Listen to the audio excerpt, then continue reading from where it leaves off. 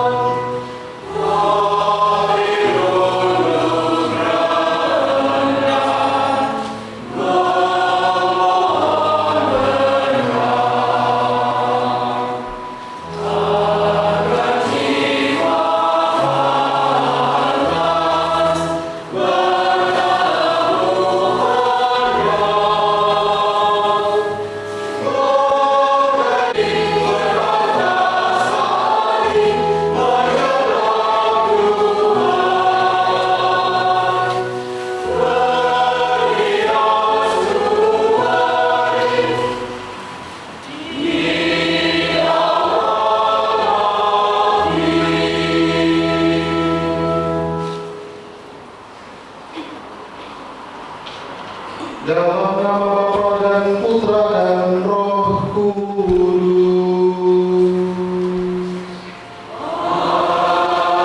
Amin. Damai bagimu dan rasa rohmu.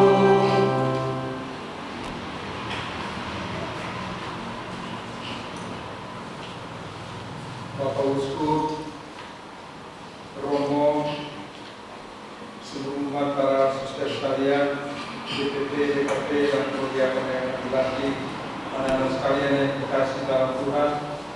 Selamat pagi, berkah dalam. Selamat pagi, berkah dalam. Sebelum perayaan Ekaristi ini, saya akan membacakan beberapa intensi.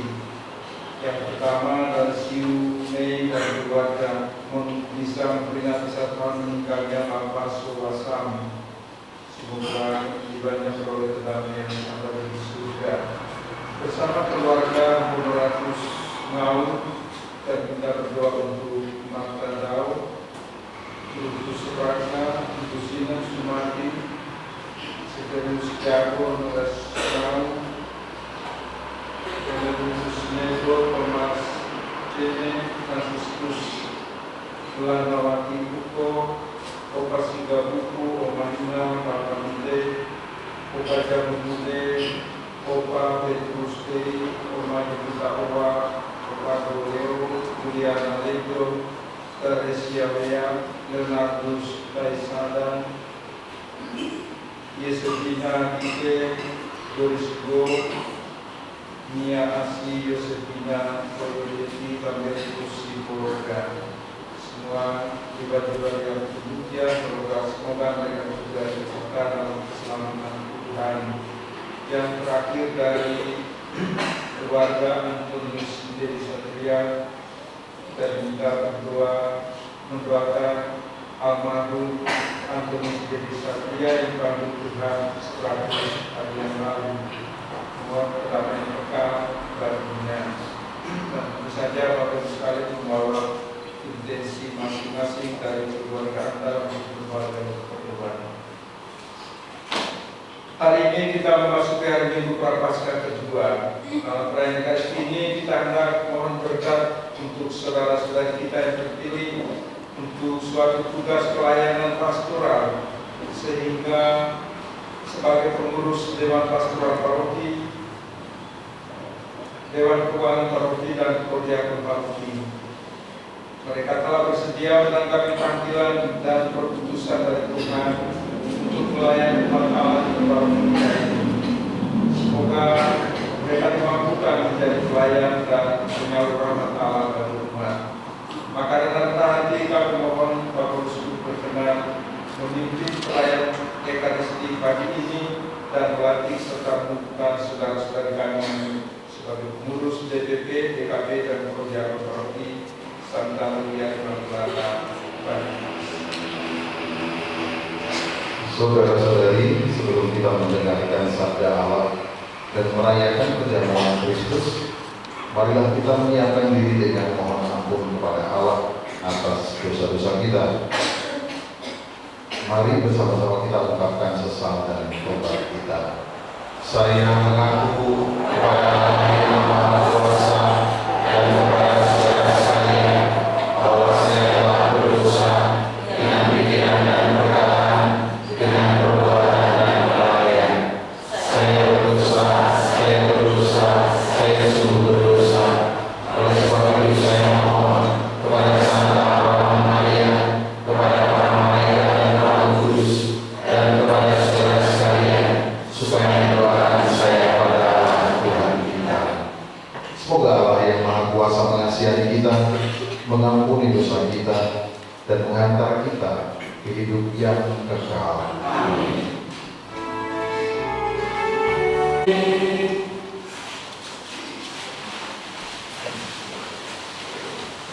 Pembacaan dari kitab Kejadian. Di negeri Haran, Tuhan bersabda kepada Abram, "Tinggalkanlah negerimu, sanak saudaramu, dan rumah bapamu ini, dan pergilah ke negeri yang akan kutunjukkan kepadamu. Aku akan membuat engkau menjadi bangsa yang besar, dan memberkati engkau, serta membuat namamu masyhur, dan engkau akan menjadi berkat. Aku akan memberkati orang-orang yang memberkati engkau, dan akan mengutuk orang-orang yang mengutuk engkau. Dan segala kaum di muka bumi akan menerima berkat karena engkau."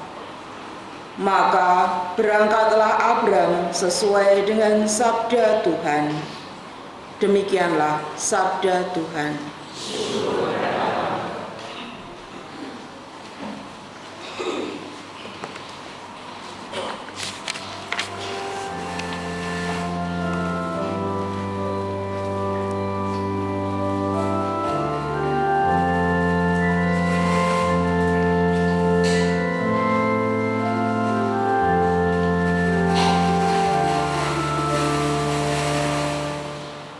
Kasihanilah ya Tuhan,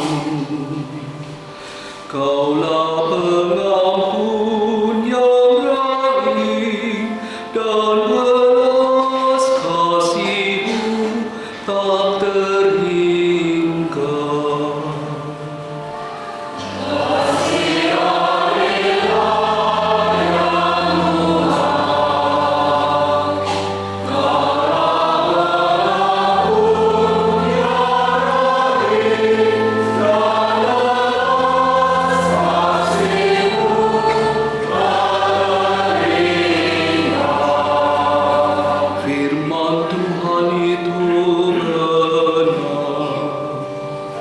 Segala sesuatu dikerjakannya dengan kesetiaan. Ia senang pada keadilan dan hukum. Bumi penuh dengan kasih setianya.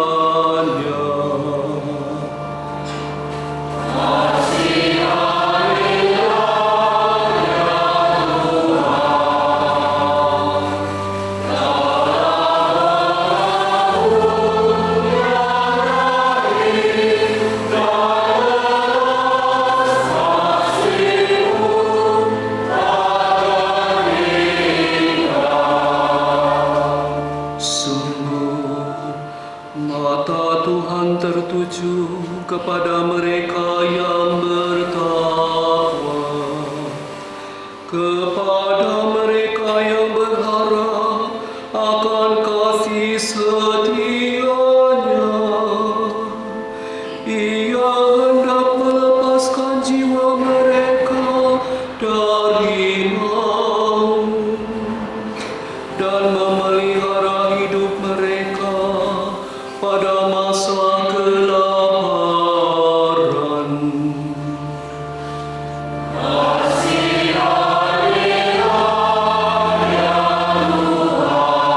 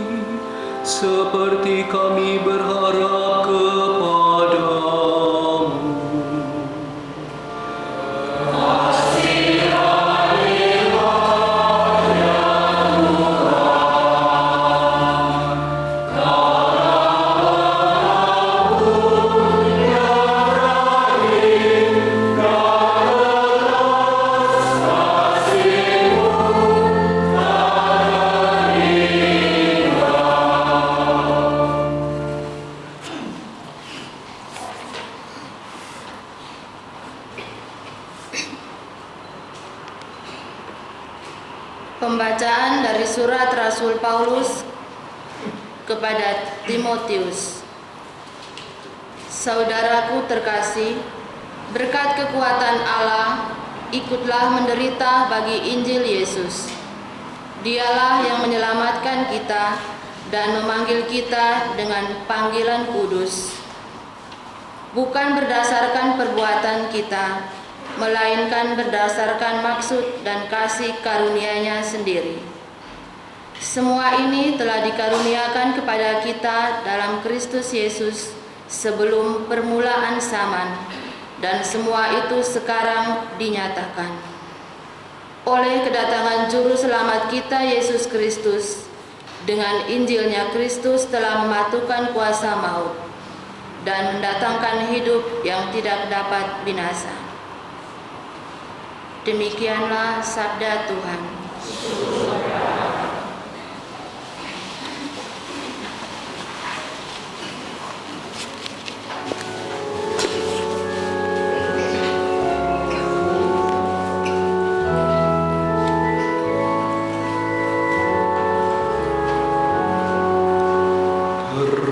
Terpujilah Kristus Tuhan, Raja mulia dan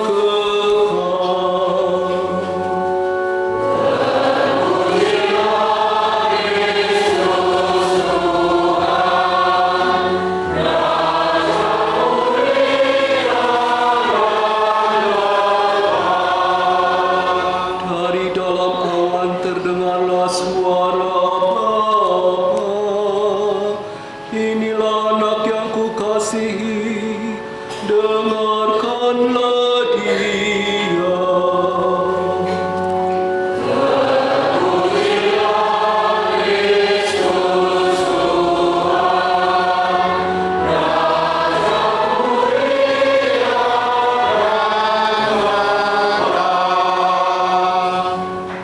Tuhan bersamamu.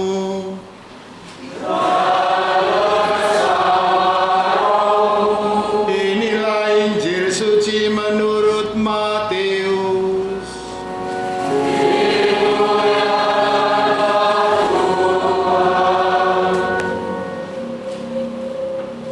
Sekali peristiwa, Yesus membawa Petrus, Yakobus, dan Yohanes, saudaranya, dan bersama-sama mereka ia naik ke sebuah gunung yang tinggi.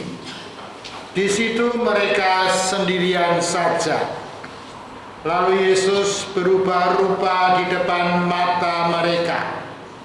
Wajahnya bercahaya seperti matahari, dan pakaiannya menjadi putih, bersinar seperti terang.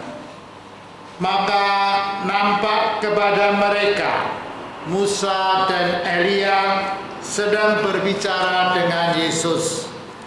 Kata Petrus kepada Yesus, "Tuhan, betapa bahagianya kami berada di tempat ini. Jika Engkau mau, biarlah kudirikan di sini 3 kemah.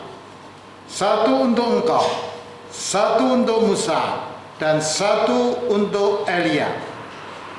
Sementara Petrus berkata begitu, tiba-tiba turunlah awan yang terang menaungi mereka.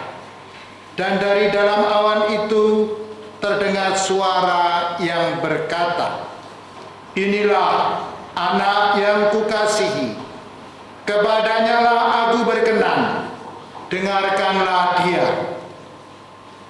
Mendengar itu, tersungkurlah murid-murid Yesus, dan mereka sangat ketakutan. Lalu Yesus datang kepada mereka. Ia menyentuh mereka sambil berkata, "Berdirilah, jangan takut." Dan ketika mengangkat kepala, mereka tidak melihat seorang pun kecuali Yesus seorang diri. Pada waktu mereka turun dari gunung, Yesus berpesan kepada mereka, "Jangan kamu ceritakan penglihatan itu kepada seorang pun sebelum Anak Manusia dibangkitkan dari antara orang mati. Demikianlah Injil Tuhan.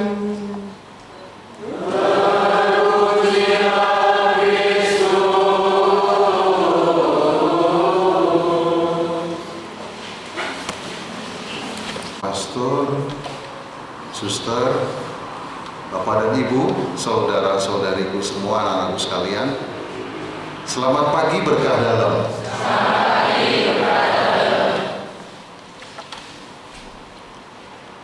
Dari bacaan pertama, kedua, dan Injil ini sebetulnya mengarah kepada sesuatu puncak. Yang pertama adalah kemuliaan dunia. Maka saya ingin menyampaikan juga apa artinya sebetulnya kemuliaan dunia. Kalau mau tahu, Presiden Suriname itu adalah orang Banyumas. Luar biasa, kita bangga. Orang Banyumas, Presiden Suriname yang asalnya dari Pruput ya, betul. Yang kalau tempat sepi itu ada banyak. Yang berdiri di sana itu Presiden Suriname loh. Harusnya berbahasa Amerika Latin, tapi di sana bahasa Jawa. Tapi bahasa Jawanya juga sudah sangat-sangat nggak bagus lah. Kalau bilang ada namanya sebenarnya mesin cuci itu rusak, enggak. Tapi mesin cuci itu gosok.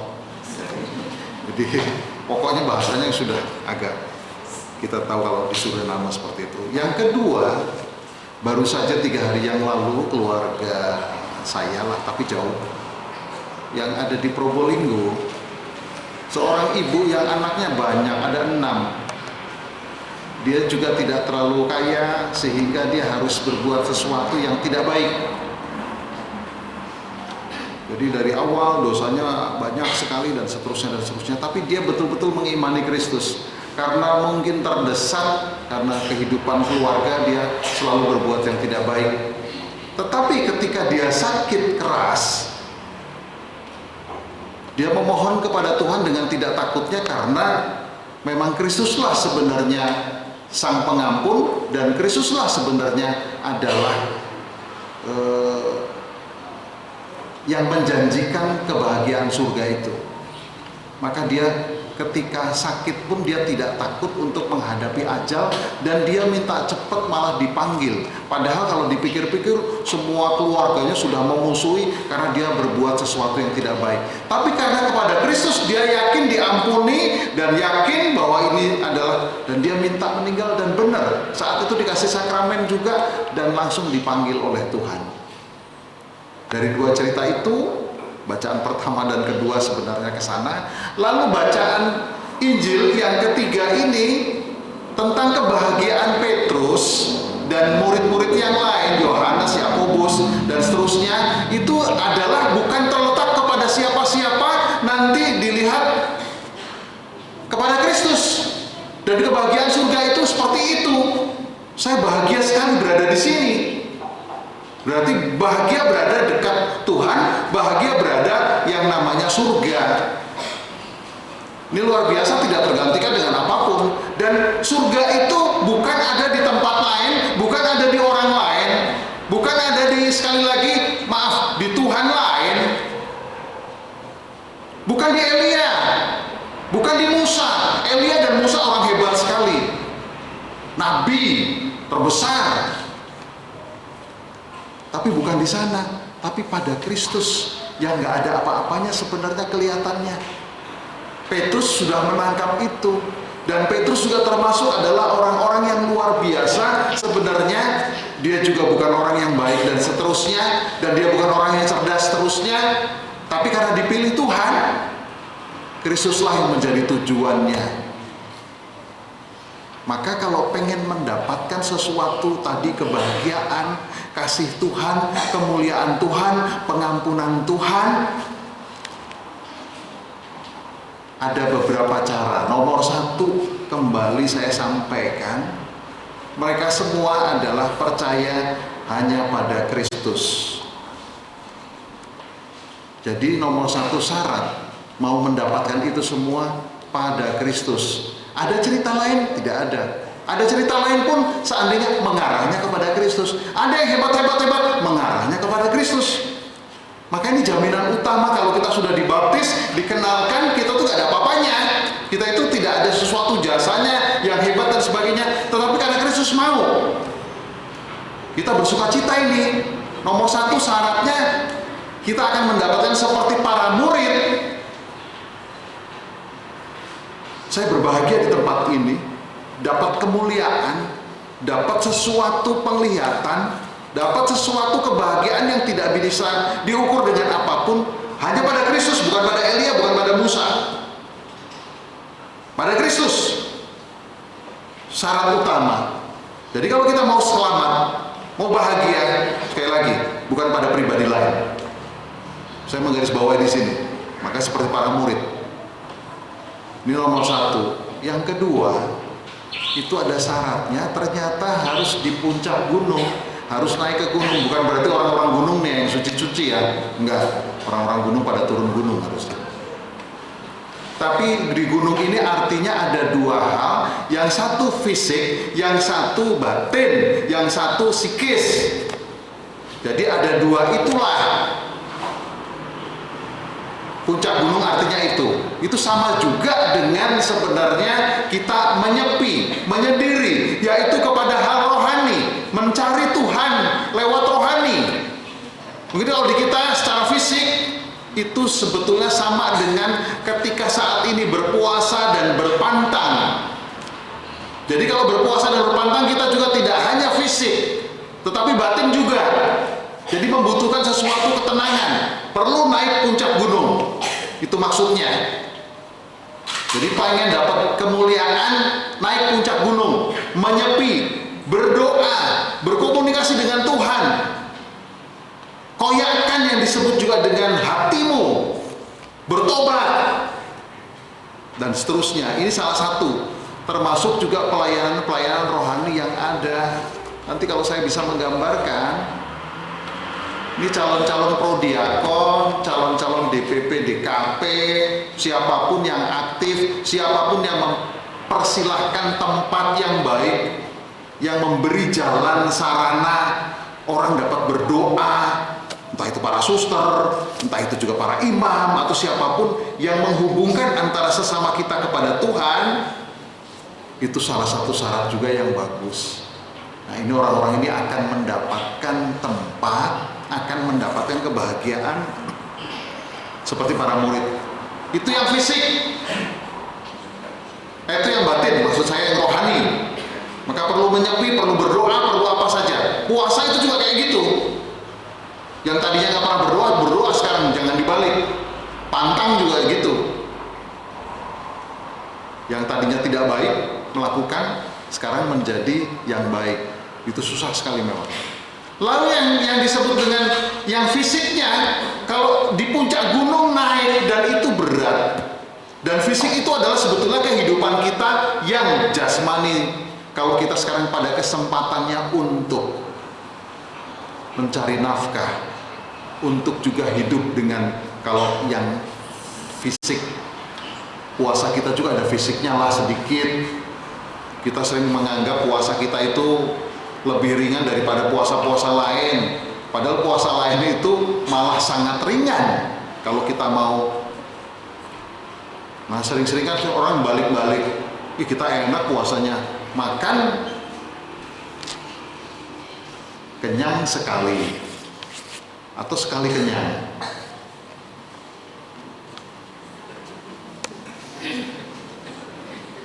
Kalau kenyang sekali itu sekali kenyang, yang tidak kenyang itu pasti ada selisihnya. Selisihnya itu untuk apa? Nah, ini fisik, berbagi, makanya ada APP yang luar biasa. APP kita itu dipuji oleh kelompok NU, oleh kelompok-kelompok lain, dan termasuk saya mendapatkan ketika di Kairo, luar biasa. Gereja Katolik ada APP itu betul-betul fisiknya mengubah ekonomi yang ada di tempat itu menjadi lebih baik. Jadi ini tidak terbatas kepada orang-orang Katolik saja. Kalau mau berbagi itu tidak dibatasi orang Katolik saja. Tapi siapapun juga yang ada di dekatnya dan membutuhkan, itulah yang harus kita gelontorkan. APP itu sebetulnya tujuannya itu. Tidak untuk orang-orang Katolik lagi. Yang kadang-kadang, maaf, tidak terlalu transparan. Ketika dibantu dan tidak terlalu transparan dan mencari itu yang lebih bahaya, tapi lebih kepada siapapun yang membutuhkan, APP itu digelontorkan. Maka kalau Anda memberi APP, sekali lagi aman. Gereja Katolik itu kalau dapatnya 100% ya 100%, kalau dapatnya 90% ya 90%, dan sampai kepada yang bersangkutan memilih, itu benar terjadi. Seandainya ada keuskupan yang sedikit menahan, bukan dosa, pasti itu akan digelontorkan juga untuk, sekali lagi, kesejahteraan kepada orang-orang yang membutuhkannya. Jadi jangan takut akan diambil oleh pastornya, akan diambil oleh uskupnya atau oleh keuskupan. Tidak pernah akan diambil. Ini yang luar biasa. Dan tidak ada kepemimpinan di situ mendapatkan suatu materi. Ada gaji, ada apa dan sebagainya, tidak ada. Mungkin tempat lain harus ada dan harus bagaimana, entah perpuluhan, entah berapa persennya dan seterusnya. APP kita kalau secara ikhlas, bukan besar atau kecilnya, tetapi semuanya itu akan sampai, dan ini dipuji oleh tempat lain. Maaf, berbeda dengan mungkin ada persembahan-persembahan yang lain di tempat lain yang kadangkala itu tidak menjadi jelas, bahkan dipotong. Kalau ada orang mencari dana, 10% harus untuk yang mencari dana. Ini sekali lagi bukan kekasan Kristus, bukan kekasan Katolik. Jadi ada dua tadi. Kalau naik puncak gunung itu mencari yang rohani, mencari yang sepi, mencari pelayanan dan sebagainya, itu yang rohani, berdoa. Tapi juga ada yang fisik. Kita harus berani untuk keluar fisik. Dalam puasa itu juga sekali lagi menahan hawa nafsu lapar, tetapi lebih kepada juga tadi mendekatkan diri kepada Tuhan. Jadi ada dua hal. Nah, maka muridnya ini menjalankan naik puncak gunung, tapi juga dia dengan berat harus naik di sana, dengan fisiknya yang capek dan sebagainya. Jadi syarat dua itu apakah ada pada kita juga? Lalu yang ketiga, ternyata tidak berhenti di situ. Kalau belum waktunya, maka kita harus bekerja dulu. Jangan-jangan kita tuh belum berjasa apa-apa, tapi sudah minta itu duluan. Para murid juga, saya bahagia di sini, kalau bisa tinggal di sini selamanya. Tidak, kamu belum punya apa-apa, belum jasa, maka turun lagi. Hiduplah secara realita di hidupmu, di kehidupanmu, di duniamu. Jadi karena kita sekarang pada kesempatan ini, kita mungkin belum punya apa-apa sebelum kita dipanggil. Maka kita berbuatlah sesuatu yang memang untuk menjadi pelayanan bagi banyak orang. Nah, ini kesempatan, ada 3 hal tadi yang seharusnya kita jalankan. Jadi jangan cepat-cepat mencari keenakan, mencari yang disebut kenyamanan, mencari yang disebut kedamaian, mencari surga dengan cepat-cepat sebelum kita berbuat sesuatu, sebelum kita puasa, sebelum kita berbuat baik kepada orang lain, sebelum kita melayani orang lain. Maka perbanyaklah itu. Itu yang ketiga, turun dulu dari gunung, lakukan hidup secara realita yang ada. Jangan-jangan kita memang belum ada apa-apanya. Saya pun sudah 28 tahun jadi imam, saya belum buat apa-apa. Ternyata saya belum melayani, ternyata saya belum ikhlas, ternyata saya belum, dan banyak hal. Maka sabar, tunggu, akan mendapatkan itu. Kalau pada Kristus tadi nggak ada yang lain. Lalu juga tadi pelayanan-pelayanan rohani ataupun juga yang fisik, yang kedua, maka lakukanlah dengan seoptimal mungkin, sebaik mungkin. Kalau kita sekarang melayani, sekarang jadi orang tua, jadi anak, jadi pelajar, jadi pastor, jadi suster, jadi prodiakon, DKP, dan juga dari yang lain-lainnya, lakukan itu dengan ikhlas, lakukan itu dengan seoptimal mungkin, sebaik mungkin. Mungkin suatu saat kita benar-benar diizinkan untuk mendapat kebahagiaan itu. Kita sekian lama dikasih kesempatan, tapi belum ada jasanya apa-apa. Selalu berulang-ulang lagi dan berbuat sesuatu, bahkan menjadi troublemaker, bahkan menjadi sesuatu masalah bagi banyak orang. Ini yang menakutkan. Saya lebih senang dengan seperti yang dilakukan oleh saudara saya itu, atau juga para murid. Para murid itu bukan orang baik-baik, orang yang lemah juga, yang berdosa juga, yang semuanya. Tapi setelah dia mengenal Kristus, dia pengen dapat surganya itu, dia betul-betul memperjuangkan hidupnya, turun dulu dan menjadi rasul. Dia berbuat sesuatu dan pelayanan, dan bahkan matinya mengerikan. Mereka semua murid yang tadinya penakut menjadi berani mewartakan, dan betul matinya ada yang salibnya dibalik, ada yang dirajam, ada yang dipanah, semua. Tapi dia mencari sesuatu kebahagiaan yang benar tak bisa tergantikan dengan apapun. Kembali lagi hanya kepada Kristus. Mari para bapak dan ibu saudara terkasih, seluruh paroki Banyumas ini kita jalani yang kedua puasa itu, rohani maupun juga yang fisik, kita jalankan sungguh-sungguh dan kita jalani, dan termasuk juga sekarang yang akan dilantik. Semoga ini menjadi suatu sarana yang terbaik pelayanan bagi sesama kita demi kemuliaan paroki serta prodiakon paroki Santa Maria Immaculata Banyumas periode 2023 sampai 2026. Saya membacakan SK-nya. Surat keputusan nomor 019 dan seterusnya. Susunan pengurus Dewan Pastoral Paroki Santa Maria Immaculata Banyumas masa bakti 2023-2026. Ketua Romo Nikolaus Ola Paukuma UMI. Wakil Ketua 1 Romo Nikolas Setia Wijaya UMI.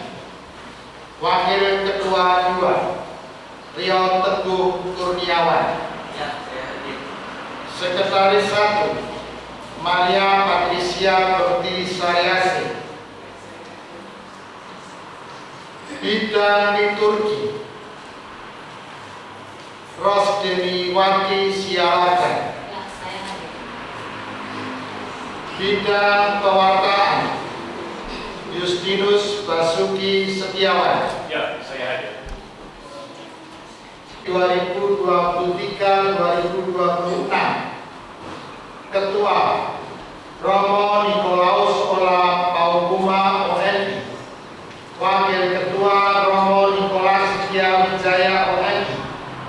Bendahara Lorencia Rani Asih. Sekretaris Fransiskus Saverius Suaryono. Bidang usaha dana Stefani Murni Sulistianise. Bidang tata kelola Fransiskus Saverius Rudi Cahyono. Bidang inventarisasi Rahardian. Bidang pemeliharaan aset Vincentius Suyapto. Ditetapkan di Purwokerto pada tanggal 27 Februari 2023 Monsinyur Kristoforus Triarsono, Uskup Diocese Purwokerto.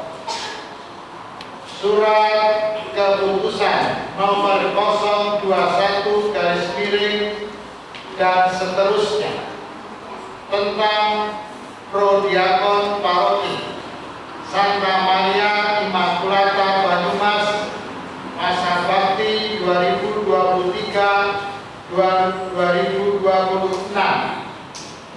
Bapak Bonifasius Daru Sucipto. Bapak Agustinus Sudiono.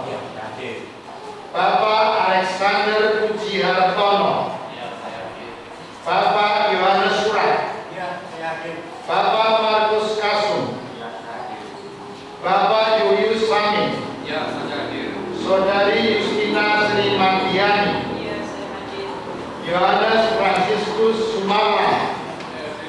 Ditetapkan di Purwokerto pada tanggal 27 Februari 2023 Monsinyur Kristoforus Triarsono, Uskup Diocese Purwokerto. Yang terhormat Bapak Uskup Keuskupan Purwokerto, inilah pengurus Dewan Pastoral Paroki dan Dewan Keuangan Paroki serta Prodiakon Paroki Santa Maria Immaculata yang telah terpilih.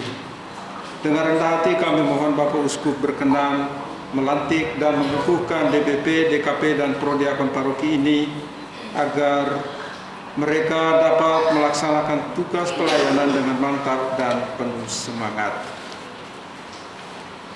Saudara-saudari, gereja merupakan persekutuan umat di hadapan Allah dan seluruh umat yang hadir di sini.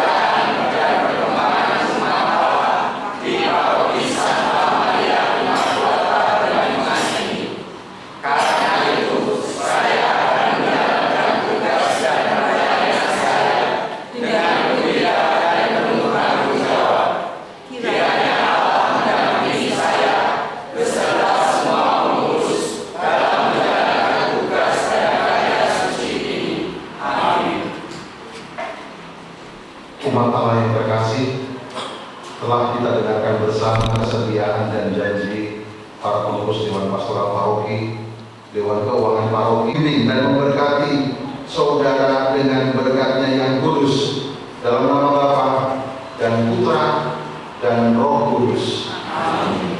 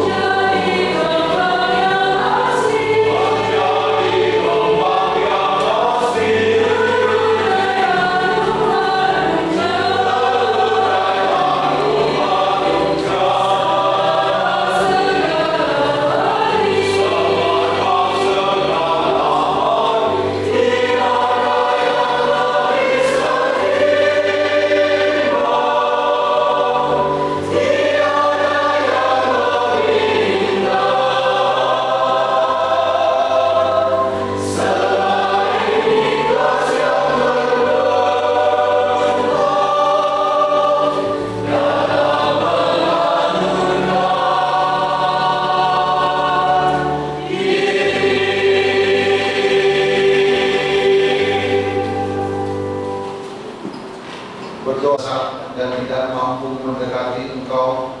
Engkau mengasihi kami dengan kasih yang tak terhingga. Yesus Putramu, satu-satunya manusia yang benar, tidak menolak dipaku pada kayu salib untuk kami, tetapi sebelum tangannya terletak antara langit dan bumi, ia merayakan perjamuan Paskah yang tak terhapuskan.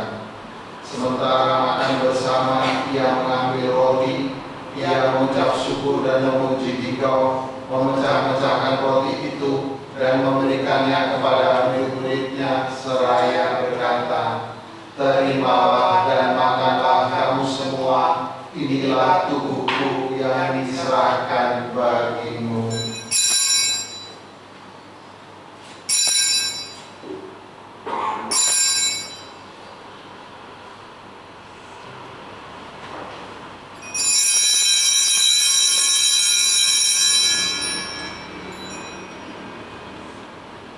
Yesus menyadari bahwa dia mesti mendamaikan segala-galanya dengan darahnya yang tertumpah di kayu salib.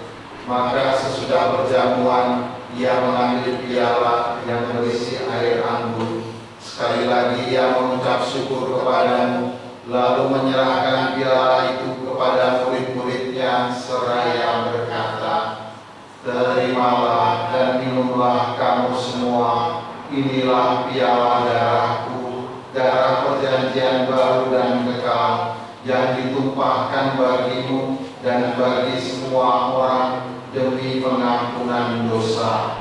Lakukanlah ini untuk mengenangkan aku."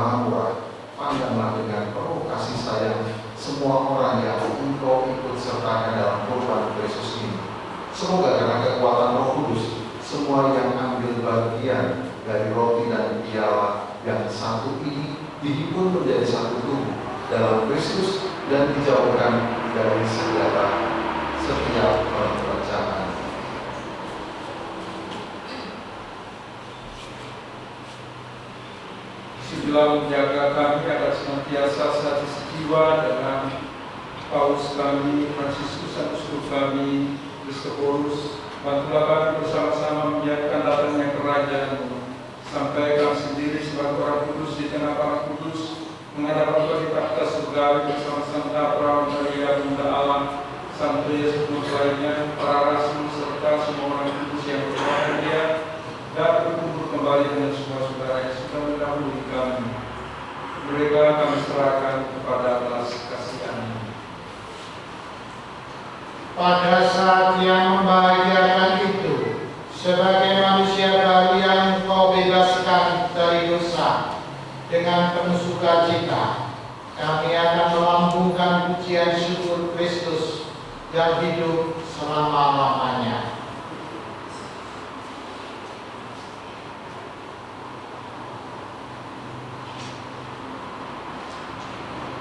Dengan pengantaran Dia bersalia dan dalam dirinya, bagi mual Bapa yang Maha Kuasa, dalam persekutuan dengan Roh Kudus, segala hormat dan kemuliaan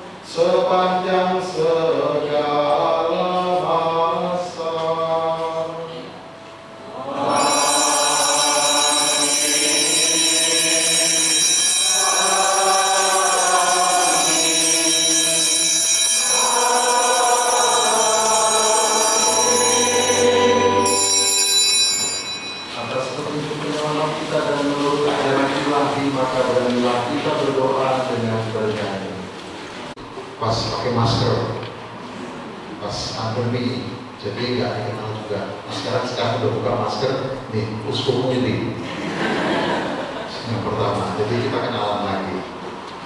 Lalu yang kedua tadi disampaikan oleh Romo Niko, Pastor Kepala Paroki. Kalau saya boleh pilih Romo, saya pun tidak pengen jadi uskup. Saya kalau boleh pilih pengen jadi pastor di kampung yang benar-benar pelayanannya sebetulnya luar biasa. Karena pelayanan tidak ditentukan oleh hasil apa yang diserahkan dan sebagainya. Lalu kami juga sama di keuskupan bukan pengen menerima, tapi kami pengen membagikan dari apa yang Anda bagikan gitu. Jadi bukan untuk kami lagi, jangan sampai salah. Kami ini oleh itu hanya untuk gereja juga. Kami nggak nikmati apa-apa. Hanya kami bagikan lagi tempat lain yang memang lebih lagi. Ada tempat lain yang banyak orang ya, tetapi koleknya lebih sedikit dari di sini.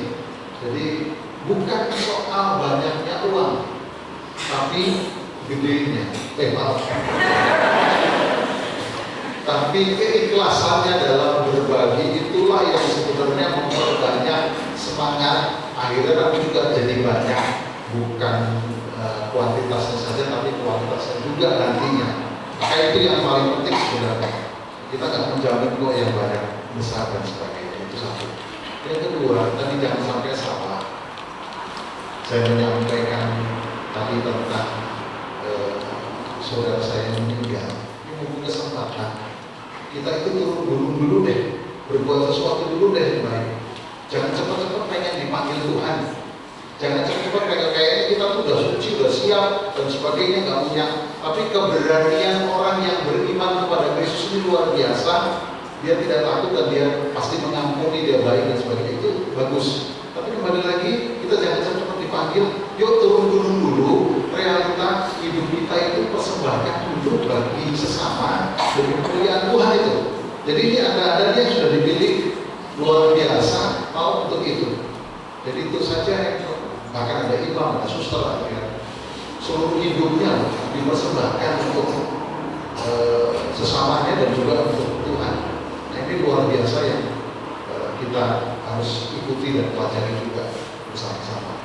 Itu lalu yang selanjutnya juga, kalau orang-orang yang cepat dipanggil itu sebenarnya orang-orang yang gampang peka mendengar terus.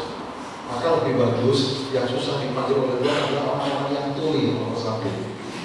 Ibu saya sudah 80 tahun, tuli, makanya sehat. Jadi panggil Tuhan nggak dengar. Kalau dipanggil anaknya saja di dekat sebelahnya nggak dengar, apalagi dipanggil Tuhan dan jauh. Jadi nggak mati-mati, betul, luar biasa. Jadi lebih bagus mundur lah untuk hal itu. Jadi jangan cepat-cepat dipanggil. Lalu yang kedua, orang-orang yang tidak cepat dipanggil Tuhan adalah orang-orang yang rendah hati. Orang rendah hati jalannya tunduk. Kalau orang-orang yang nggak rendah hati itu pakai takut enteng. Tahu-tahu ketemu malaikat Jibril atau malaikat Gabriel, langsung dia ditangkap, panggil ke sini, langsung diartikan. Tapi kalau orang yang ini kan dia jalannya tunduk, baru jalan ke depan melihat sepatunya saja. Oh ini malaikat dia baru itu orang rendah hati. Maka kita jadilah orang rendah hati dan juga orang-orang yang tuli untuk itu. Maka saya tadi mengatakan bukan supaya apa ya, kita tuh jangan merasa suci dan bersih dan kita siap dan panggil dan Tuhan tuh oke, itu semuanya baik sih. Tapi yuk kita berbuat sesuatu dulu. Jangan-jangan umur kita yang panjang itu kita hanya selisihnya cuma kejar-kejaran umur dengan kejahatan kita, tapi tidak ada sesuatu pembanding yang baik, pelayanan dan sebagainya. Nah kesempatan inilah DKP, DPP maupun juga Prodiakon atau umat yang lain dengan caranya, pikiran hatinya atau pemberiannya, berbagi dan sebagainya, itu salah satu yang harus kita perbanyak dulu supaya nanti enak gitu. Supaya nanti itu tenang lebihnya daripada sekali lagi kita hanya pengen cepat-cepat menghindari sakit, menghindari sesuatu yang tidak enak, lalu kita minta cepat dipanggil dan sebagainya. Saya kira itu kita tidak terlalu baik untuk hal itu. Maka Terima kasih atas kesempatan yang ada ini. Kita mengenal kembali dan juga saya mengingatkan tadi jangan sampai salah. Puasa kita sering dicurigai, bener gak sih puasa? Katanya lebih ringan, gak kayak kita doang. Padahal kalau mau ditelusuri, diikuti dengan pantang saja, menang loh, kita pantang luar biasa loh. Itu bukan hanya hawa nafsu, tapi lebih kepada kebiasaan yang gimana terus ditahan. Itu pantang saja udah menangkan, apalagi puasa. Tapi persoalan tadi dibolak-balik sih, makan kenyang sekali atau sekali kenyang. Orang pasti milih yang kenyang sekali, terus yang kedua gak kenyang itu dan seterusnya. Makanya ini suka dibolak-balik antara calon uskup dengan calon tetap dengan tetap calon. Ini semua pastor itu calon uskup, semua pastor hanya ada yang calon tetap, ada yang tetap calon. Kalau calon tetap itu biasanya orang-orang yang sudah mendekati, entah itu rektor seminari tinggi, entah itu pastor kepala paroki, entah itu kuria, entah itu fikjen dan sebagainya, itu calon tetap. Nanti suatu saat kalau nggak ada uskup, mereka siap-siap, itu calon tetap. Tapi kalau kayak romo-romo yang lain yang tidak, itu tetap calon sampai kapanpun calon terus dan nggak akan dipilih-pilih. Bukan berarti sekali lagi uskup itu cuma satu, pastornya ribuan. Jadi juga kesempatan untuk kesana sulit dan susah, dan itu bukan dikejar seperti DPRD, DPR ataupun presiden ataupun pemimpin-pemimpin dunia. Itu dipilih, bukannya dicari. Jadi kalau sudah mencari, ini bahaya sekali. Kayaknya jadi uskup bahaya sekali orang. Pastor-pastor itu juga bahaya sekali. Maka saya sebenarnya jujur nggak pengen kalau udah pada tahu kapan kalau udah jadi uskup. Maka saya sebenarnya sekarang perjalanan saja ya sejauh semampu saya dan sebagainya. Kita bersama-sama dengan uskup atau ini. Jadi mari kita ke depan dengan kurang lebihnya kita akan perjuangkan berikut. Dan saya merasa masih Tuhan kasih kesempatan saya untuk hidup, Tuhan kasih kesempatan saya untuk berjasa, Tuhan kasih kesempatan saya untuk melayani. Karena saya selalu pengen melayani. Saya masih dikejar waktu yang banyak, tapi saya belum berbuat apa-apa.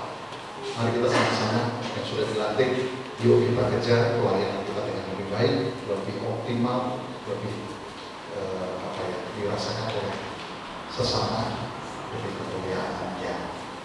Kita siapkan dan kita berdoa dari Tuhan.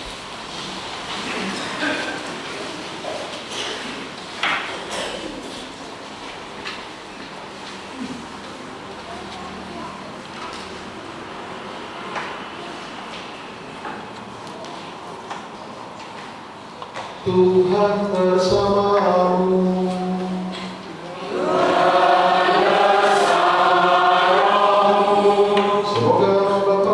Saudara dengan kebaikannya dan melimpahi saudara dengan pengertian akan kebijaksanaan yang menyelamatkan. Amin.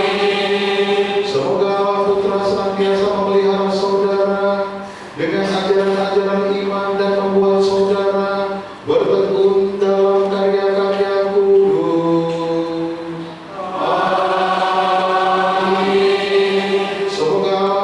Mengarahkan langkah saudara kepadanya dan menunjukkan kepada saudara jalan damai dan cinta. Amin. Semoga Allah yang Maha Kuasa memberkati saudara sekalian, Bapa dan Putra dan Roh Kudus.